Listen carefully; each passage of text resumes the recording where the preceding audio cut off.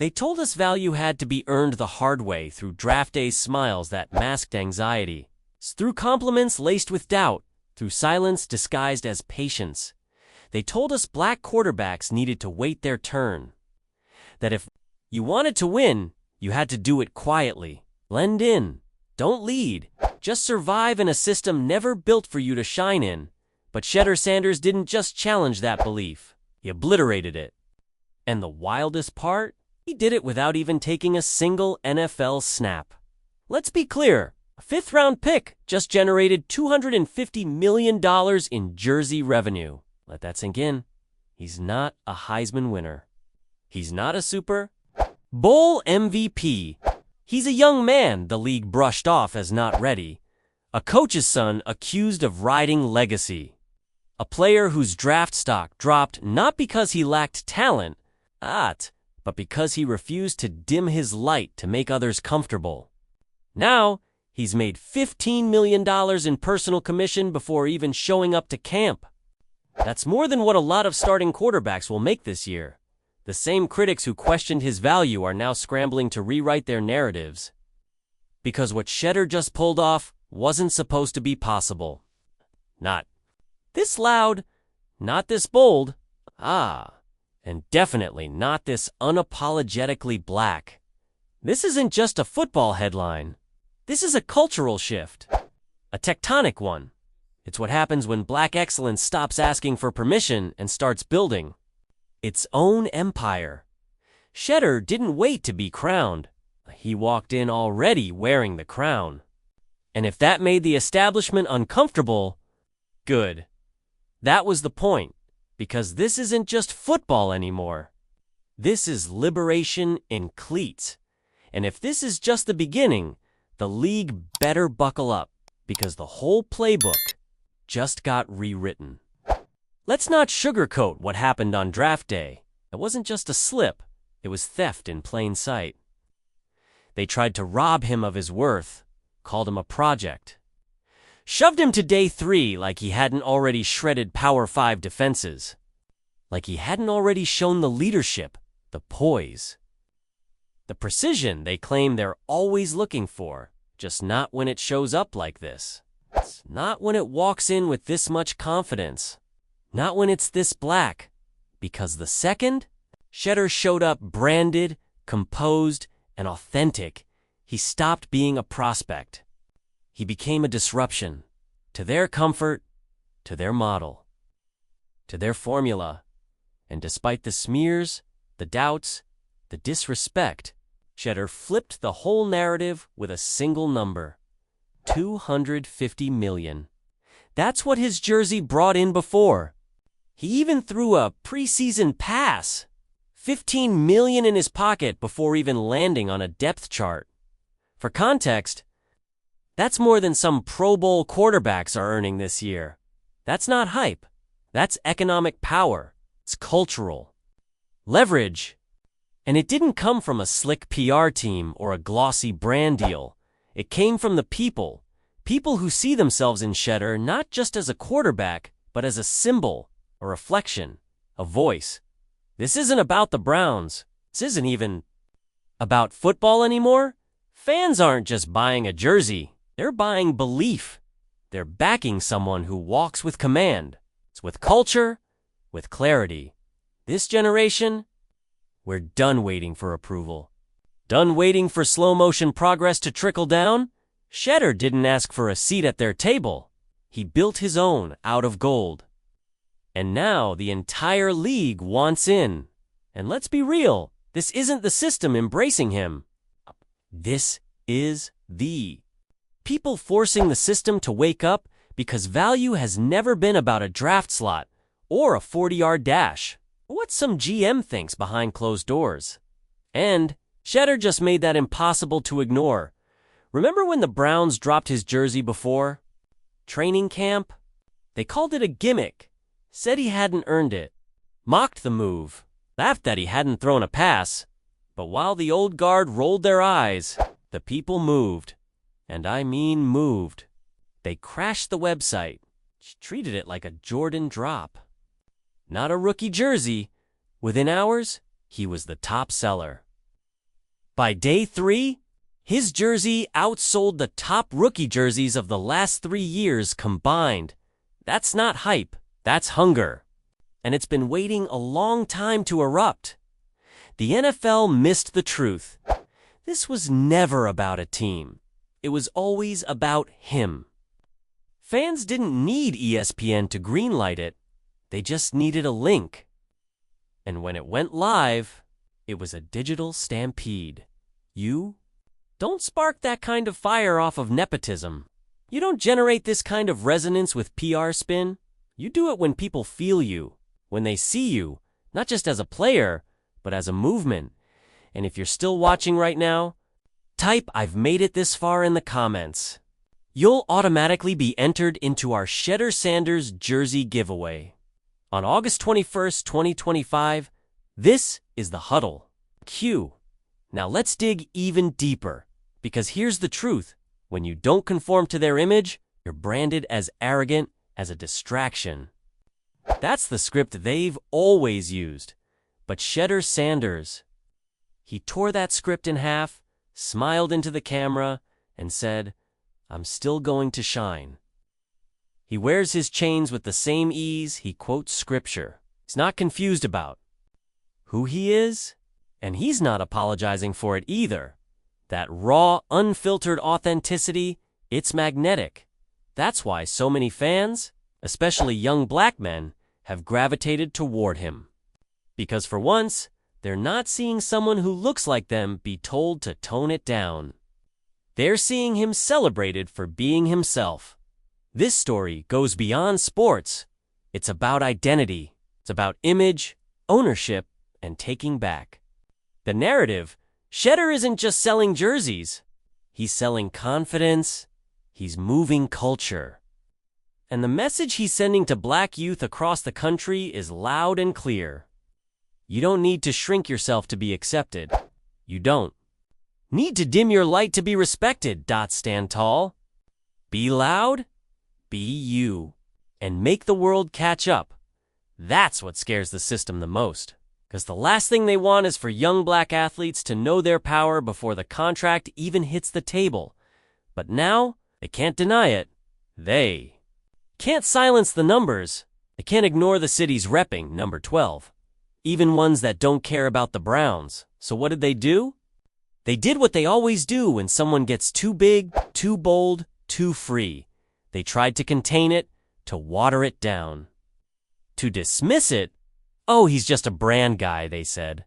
But here's what they don't get when the people crown you. It doesn't matter where you were drafted. Shedeur Sanders already won. Let's see him prove it on the field. That's the line they always fall back on. The so-called test of merit. But when you strip away the polished press conferences and the coded language, what you're left with is this. He hasn't earned it because he wasn't supposed to. That's the quiet part, said out loud, because when a white rookie sells merch, it's called marketability. When a white quarterback builds buzz, it's potential, promise, projection.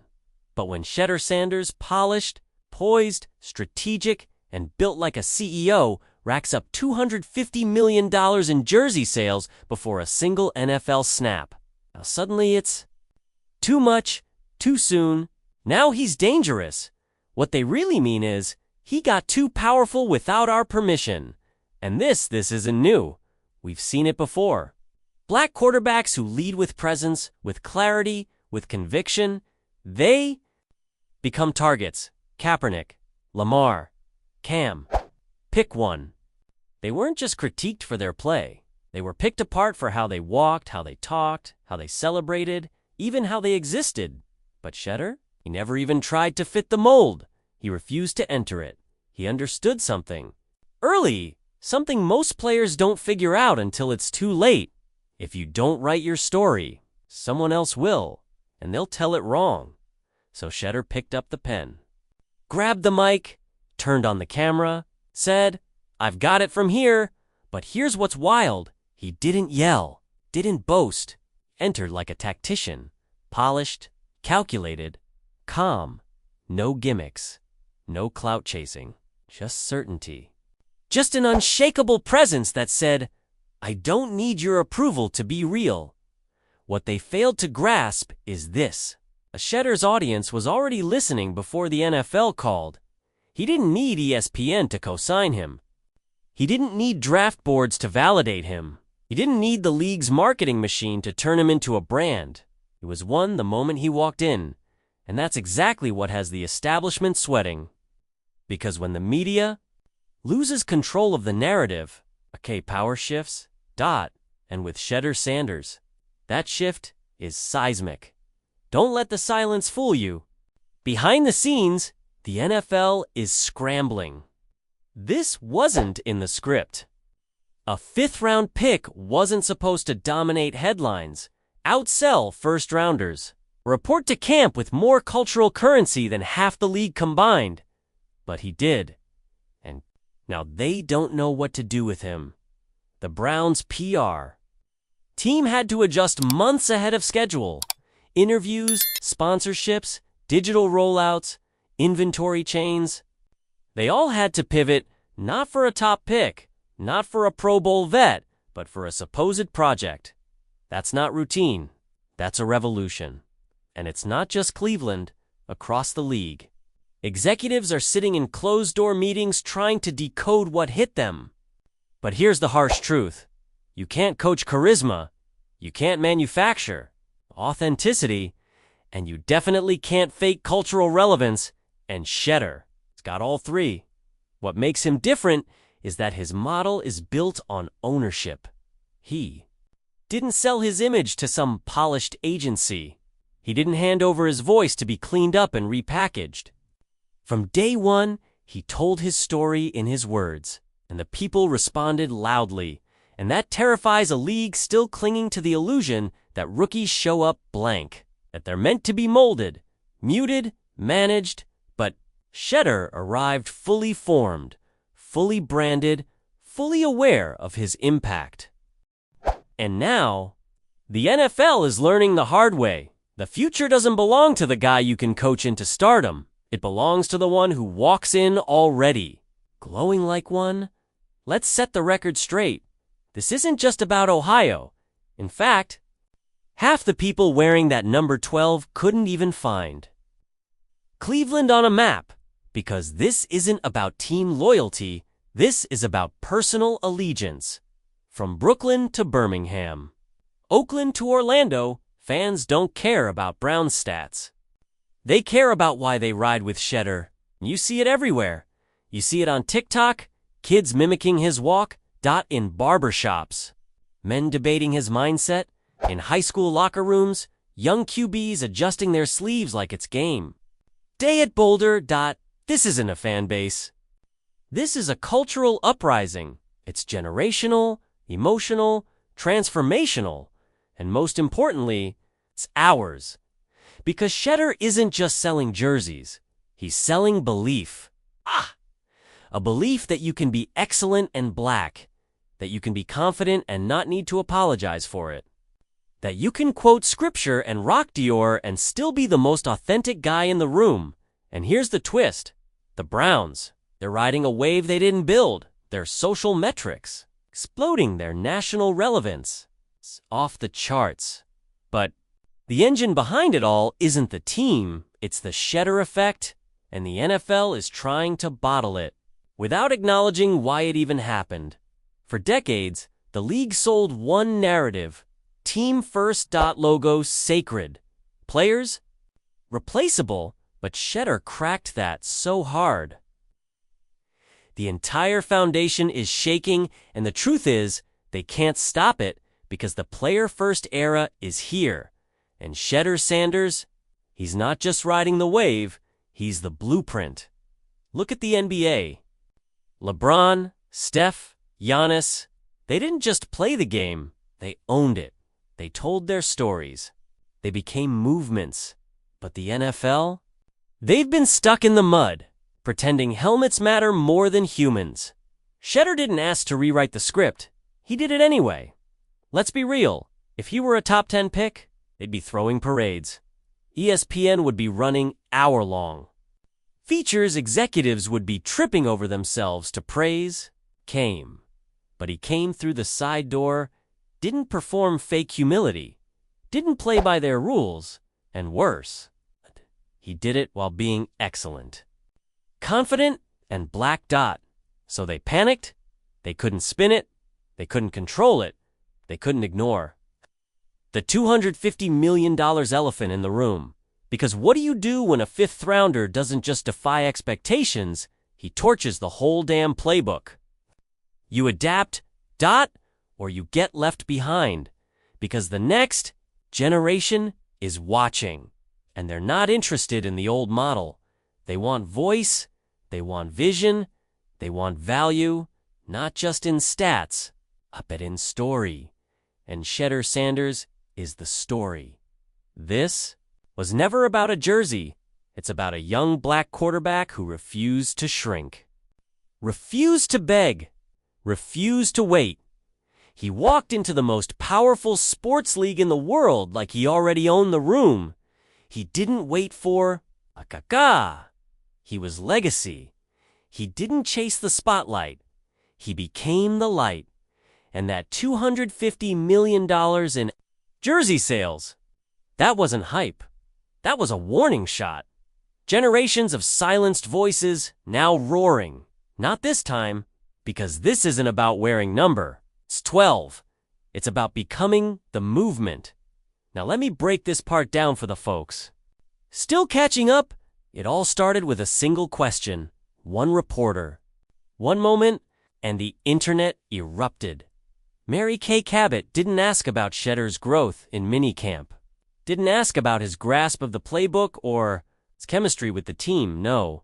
She looked him in the eyes and asked about his father's health. Not football, not progress, not development, his father. And let me be clear, that wasn't just out of bounds. That was a violation, a deeply personal, emotionally charged topic. Dropped like a landmine in the middle of a football interview, and when Shedeur calmly, respectfully redirected the conversation back to football, you could feel the frustration from the room. Like they didn't get the reaction they wanted. Because that's what this is really about. Control. Other rookies get asked about timing, play design, or leadership. But Shedeur, he gets hit with emotional ambushes. Why? Because he doesn't fit the mold. He doesn't play the humble puppet. He owns his narrative, and that makes people very uncomfortable. And Mary Kay, you're not just out of line, you're part of a pattern, a long one. And people are finally calling it what it is. So if you're still here, type "he owns the mic" in the comments. I want to know who's riding until the end. This is Huddle HQ. This ain't just a story. This is a movement. And Shedeur Sanders, he's leading it. Let's be clear, Mary Kay Cabot. It's just another reporter. She's been a media fixture in Cleveland for years. Her headlines shape perceptions. Her questions carry weight. And she's been called out before, not just for her tone, but for what she chooses to magnify. A speeding ticket? Suddenly, it's news. A skipped rep at practice? Now it's a character concern? And somehow, almost every time, the microscope lands squarely on black quarterbacks. This isn't just a single bad moment. It's a pattern, a blueprint. Shedeur Sanders is being targeted, and no, that's not an exaggeration. It's about connecting the dots. Remember when Cam Newton was criticized for smiling too much? When Lamar Jackson was mocked for not being media polished enough? Now Shedeur's being labeled cocky because he wears a designer watch and doesn't flinch when hit with a passive-aggressive question. Let's stop pretending. We're here to expose it, because this is the same tired script recycled again and again. A young black quarterback walks in with poise and presence, and suddenly the media feels the need to humble him, to chip away at his shine, to reframe confidence as arrogance. But this time, it backfired. Shedeur didn't lash out. He didn't stumble. He didn't blink. He responded with poise, the kind of poise Deion Sanders raised him to carry. That's what really shook the haters. They expected immaturity. They got calm professionalism. They expected a moment they could twist. Instead, they got a masterclass in restraint. The media. Man, this is nasty work. And let's not pretend this is new. Mary Kay's name has trended for all the wrong reasons before, but this one, it's hit different because it wasn't just about football. It was about respect. It was about boundaries. And it was about how mainstream media still struggles to this day to embrace confident, self-assured black athletes unless they fit inside a narrow, outdated mold that keep asking the same questions. Will he sign the contract? Will he report to camp? Well, let's call this what it is. You can say it's just sports. You can say it's just one reporter. But the energy doesn't lie. When fans across the country call out coded bias, it's not imaginary and respected. Voices like Ryan Clark step up and say, enough. You better believe it's real. Because this moment goes far beyond one awkward press exchange. This is about power dynamics. Who gets to ask the questions and who's expected to sit there and smile through them. Now, let's talk about the elephant in the room. The script, the one that's been running silently through NFL history for decades. The one that tells you confident black quarterbacks are cocky, arrogant, self-absorbed. But when a white quarterback yells on the sideline, trash talks opponents, or celebrates wildly, he's fiery. He's a natural leader. Same behavior. Different headlines. Every time. And now enters Shedeur Sanders. Polished, composed, dripping with style and certainty. He walks into a press room with that primetime energy, the kind his father made legendary. And suddenly, the room shifts. Now the watch is too flashy, his answers too smug, his refusal to play media games. That's spun. As an attitude problem, let's call it what it is. A calculated reframe. Ryan Clark didn't hesitate. He peeled back the coded language and said it plainly. This is about race. It's about painting Shedeur as difficult before. He's even played a single NFL down. And he's right. This isn't new. It's recycled. It's what they did to Cam, to Lamar, to Jameis, to every young black quarterback who dared to lead his way. But something's different now. Today's fans, they're watching. They're not swallowing everything. They're fed by a ticker tape or a debate show panel.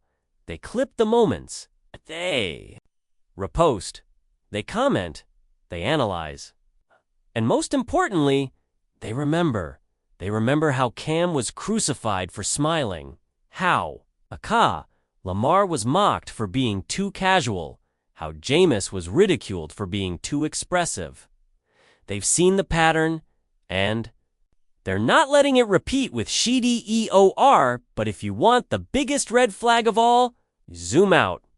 Look at the draft. Shedeur Sanders with elite college production, locker room leadership, nil dominance, and one of the cleanest media images in the game.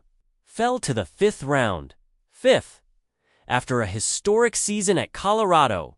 After everything he brought to the table, so what changed? Was it the Deion connection? Was it the confidence? Or was it something deeper, something they'd never say out loud? 'Cause days later, a lawsuit was filed. $100 million. Alleging racial discrimination and a coordinated effort to tank his draft stock. And what did the mainstream media say? Nothing silenced. Meanwhile, the whispers got louder. Insiders saying Shedeur rubbed teams the wrong way. That the league wasn't ready for another prime time. Even the phrase Kaepernick energy started surfacing. Not because Shedeur protested, but because, like Colin, he represented independence, control, defiance, and that terrified them. But Shedeur, he's not playing by their rules. Neither are we. He's ahead of the curve. He's willing to grow. He's hungry to learn. And if anyone had the right to snap back at Mary Kay for that ridiculous question in his first media appearance as a Brown, it was him. That moment should have been about opportunity, about fresh starts, about football. Instead, it was a trap, but what did he do? He leaned back in his chair, probably with that iced-out watch catching the lights, and calmly said, "I'm here to talk football." Or no attitude, no sarcasm, no rolled eyes, just ice-cold composure. And the internet saw it for what it was, and responded with one voice. This kid is different. 'Cause here's the truth they don't want to admit. They told us value had to be earned through struggle. That black quarterbacks had to wait, had to be humble, had to blend in, had to prove themselves again, and again, and again, in a league that was never built for them to lead, only to survive. But Shedeur Sanders, he shattered that illusion. And he did it without a single NFL snap. Now, the world is watching, because what we just witnessed wasn't just a moment, it was a movement.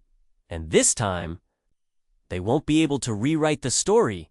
If you've made it this far, drop a comment below. And let me know what you think. Is this just football or something bigger? Don't forget to like the video, subscribe to the channel, and hit the bell so you don't miss what's coming next. Your voice matters here, and this is just the beginning.